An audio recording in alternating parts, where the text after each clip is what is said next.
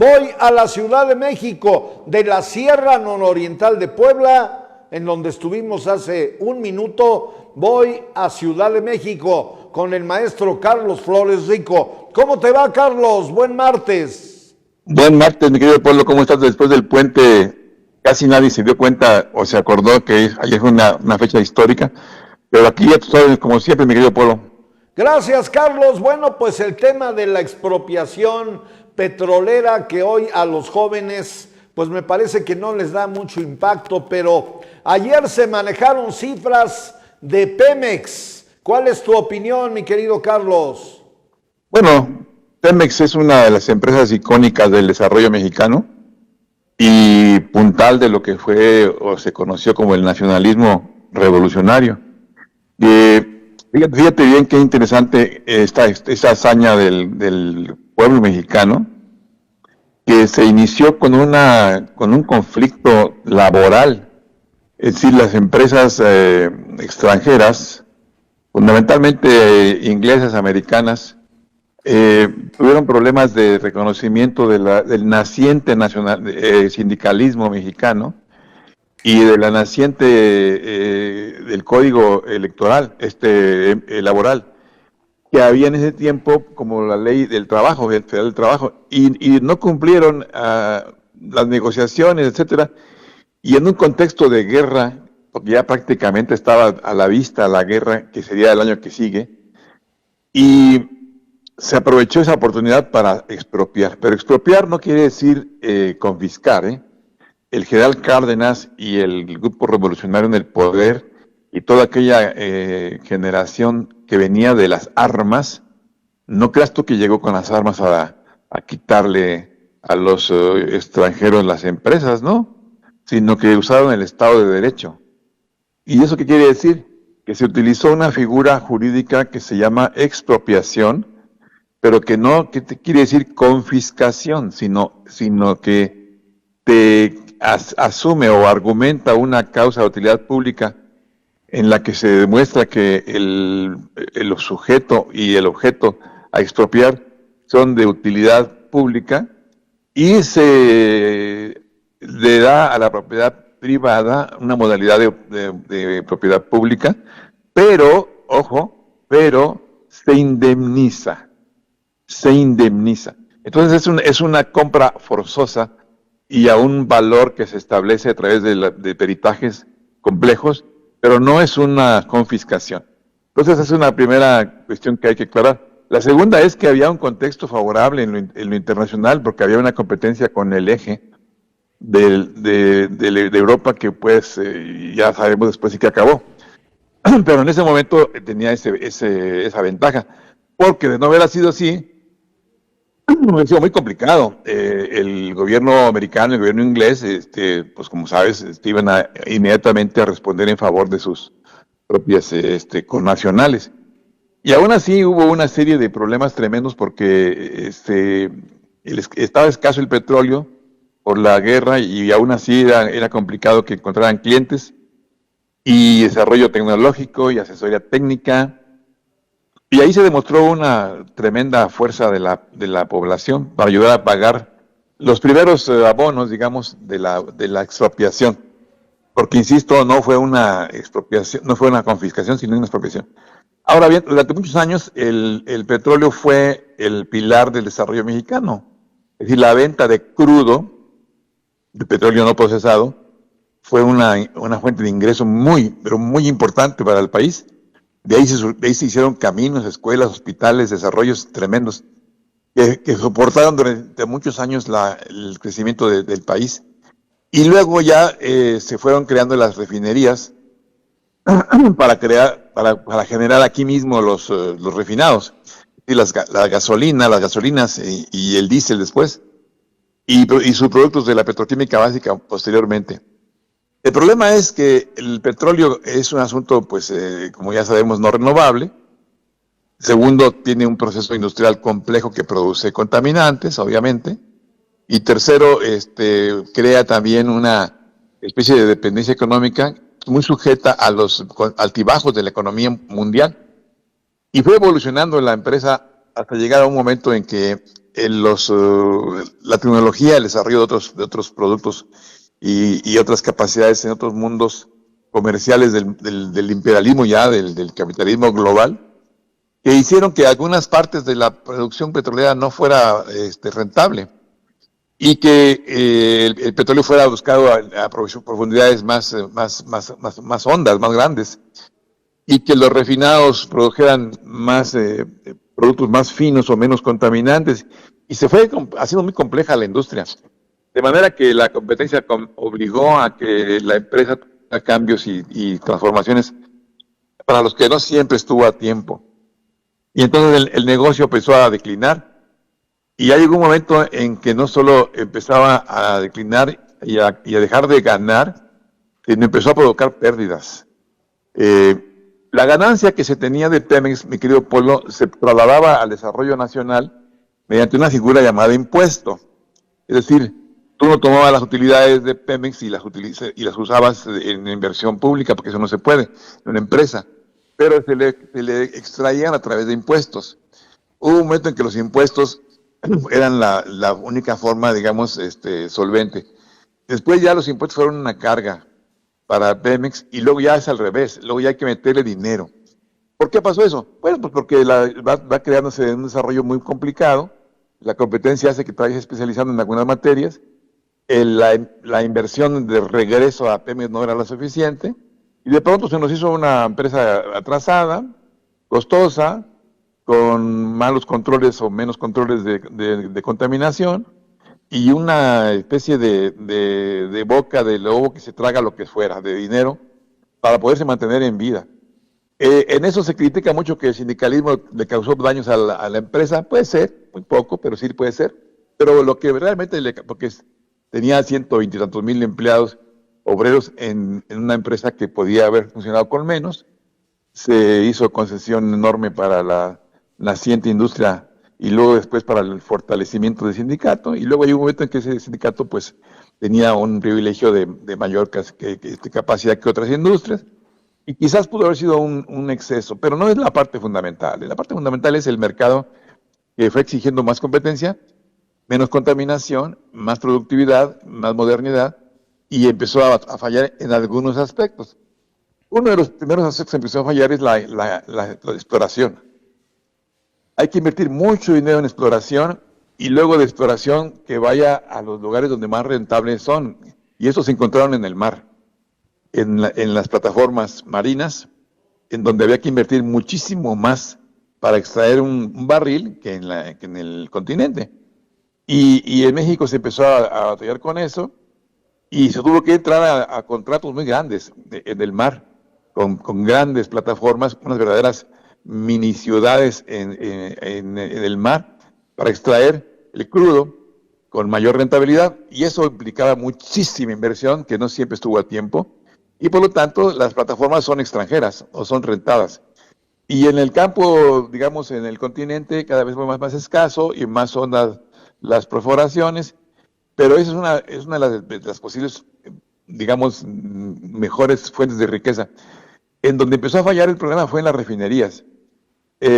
Hubo un momento, como es el caso ahorita, en que te sale más barato comprar la gasolina afuera que hacerla, que procesarla y generarla en la refinería nacional.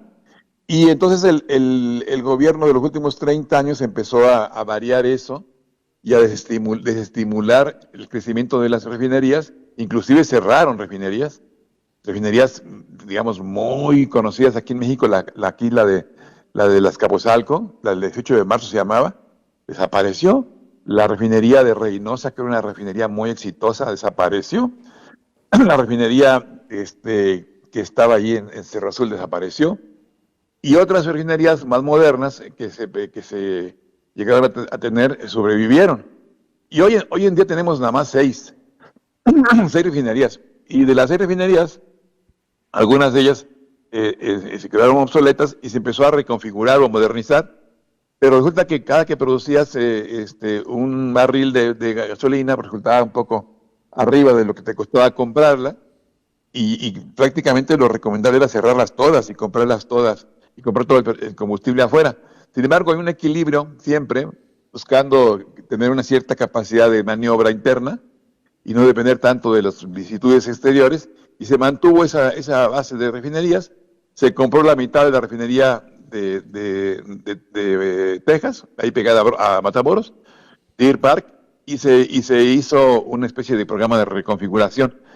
Y así estábamos cuando llega el gobierno del presidente López Obrador, y él tiene una idea diferente de las cosas, y en lugar de mantener o reconfigurar las 6 y completar ese trabajo, manteniendo una regulación de una producción que tuviera cierta capacidad de control y equilibrio de la producción interna y compensarla con compras más baratas externas, él decidió comprar la mitad de la refinería Deer Park, que era de propietarios extranjeros, y decidió iniciar una nueva refinería en lo que se llama allá por Tabasco, en Paraíso, en Dos Bocas, es decir, una nueva refinería. Y ante la opinión de los últimos años, que no era buen negocio comprar una refinería, y mucho menos hacer una buena, el presidente insistió ahí, y bueno, no lo ha terminado, ya dice que le va a terminar pronto, y compró la otra. ¿Cuáles son los resultados? Pues evidentemente tendremos un problema y una ventaja. La ventaja es que tenemos una mayor capacidad de producir combustibles nacionales de petróleo nacional. Es un petróleo pesado, es un petróleo muy, muy difícil de procesar y más caro de procesar que los petróleos de Medio Oriente, que son más ligeros. Pero bueno, el presidente dijo que había que hacer la otra refinería por razones de nacionalidad, de nacionalismo, y de tener una cierta soberanía energética y de conseguir pues, una seguridad en el abasto. Cosas que ya pasaron a la historia, porque hoy en día pues la compras, salvo que hubiera guerra mundial, pues te la venden en donde quiera, te la venden, y más aquí cerquitita, en Texas. En Texas te la venden a la mitad del precio que te cuesta aquí, o casi a la mitad de lo que cuesta producirla, y la cosa es traerla y distribuirla.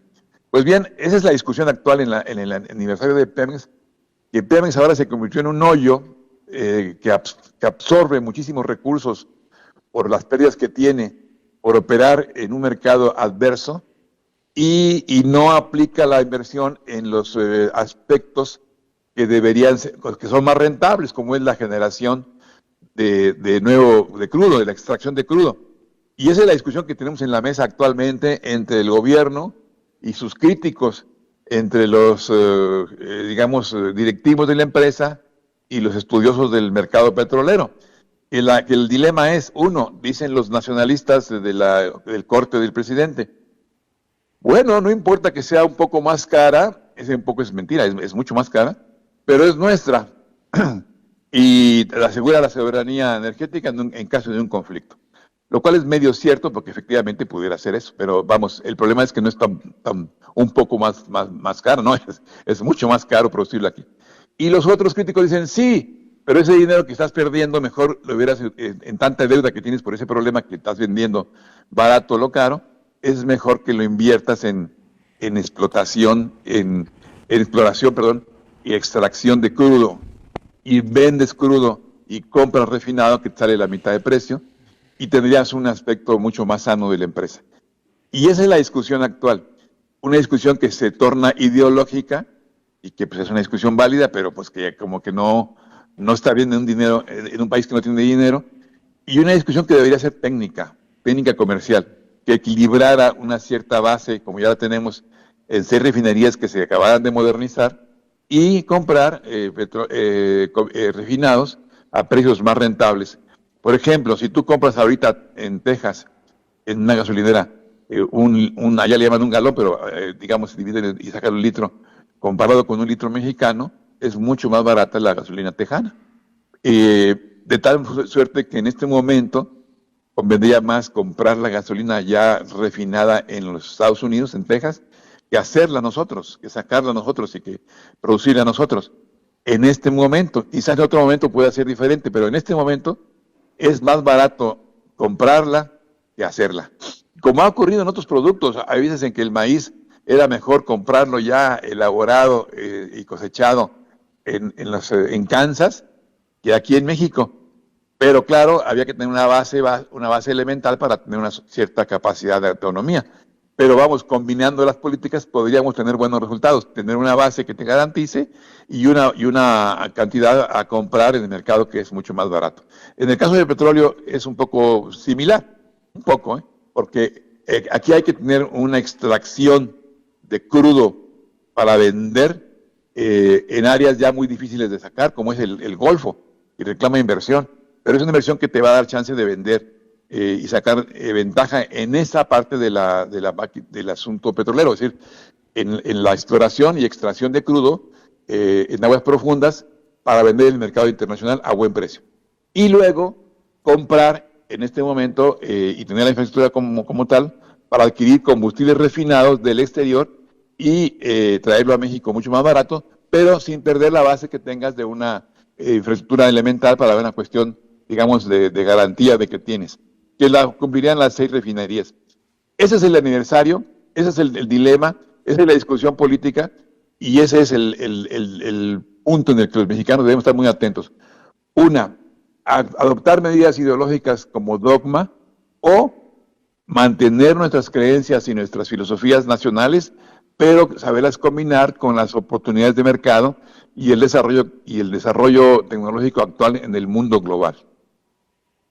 Muy interesante, Carlos, como siempre, esta información que nos compartes, porque pues nos das ahora sigue el punto fino de lo que sucede y de lo que está pasando actualmente con el tema del petróleo y de nuestra empresa Petróleos Mexicanos, porque es tuya y nuestra, ¿no?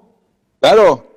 El problema es que los adversarios del presidente se van al extremo y hablan de cosas que no son ciertas o no son necesariamente ciertas. Por ejemplo, dicen, el Estado es mal administrador. No, el Estado que tiene política mala administra mal, pero un Estado bien enfocado, pues administra bien. Segundo, Pemex es un hoyo de inversión insalvable. Sí, si sigues invirtiendo en lo que no le sirve, pues evidentemente sí es un hoyo. Pero si lo inviertes en el lugar correcto, no es un hoyo, es una fuente de inversión que va a generar riqueza. Y al revés, en el caso del gobierno dice, pues son enemigos de México los que quieren que se cierren las refinerías.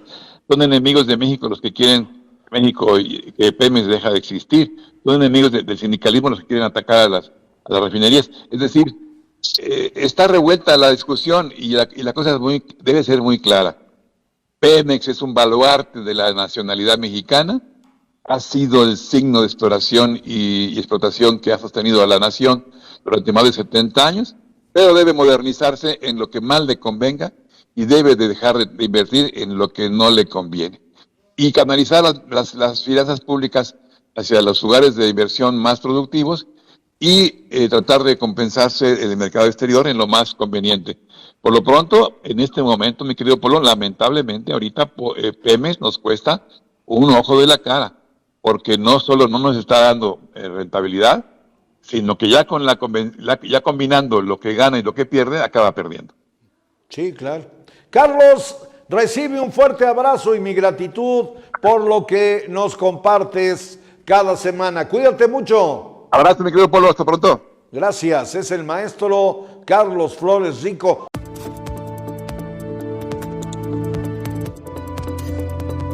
Jamendo.com